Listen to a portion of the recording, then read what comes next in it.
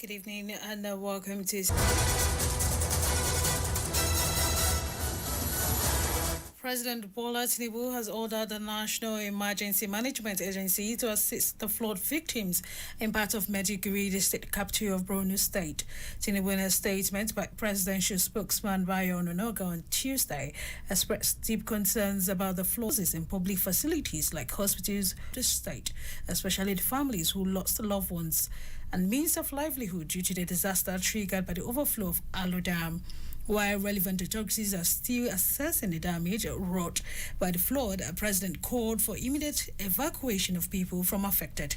While Vice President Kashim Shettima has assured Nigerians in the country, saying that a comprehensive roadmap aimed at addressing the issues head-on has already been developed.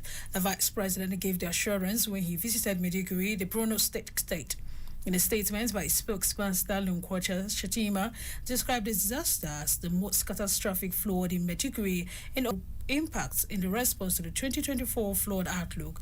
The severity of floods in Maiduguri has far exceeded the government's estimate assured that the federal government will prioritize the welfare of the affected communities. The flood, which began over the weekend, has worsened. Authorities have blamed it on the excess water, widespread of flooding in community. In surrender.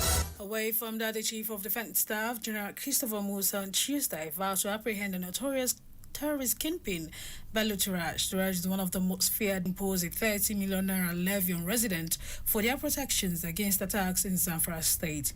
Addressing journalists in Abuja, Musa called Turaj a deranged individual, and levies imposed by Turaj and order of bandit will be addressed.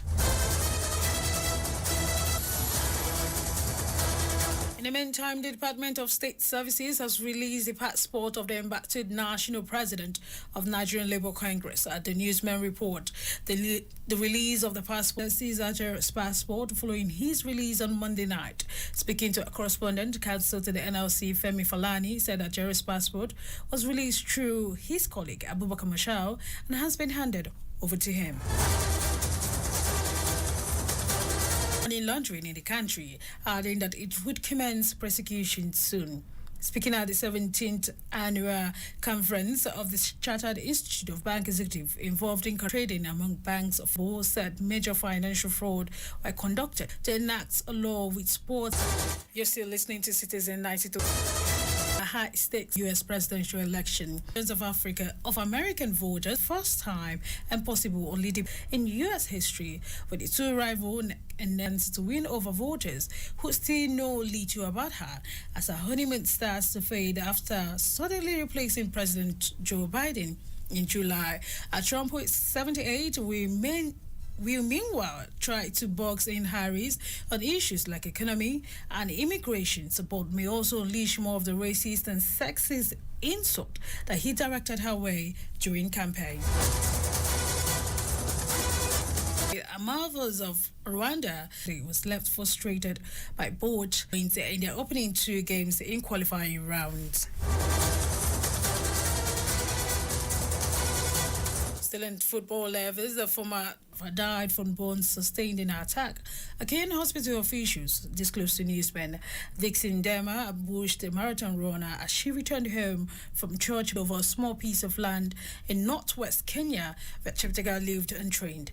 And Dema died on Monday night at an intensive care unit where, according to the hospital, he has been admitted with burns on more than 40% of his body.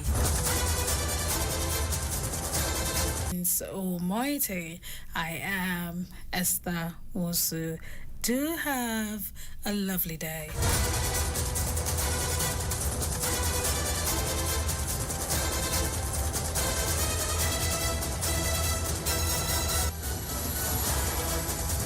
Not to worry, a retrospect is here to make up for the missed information.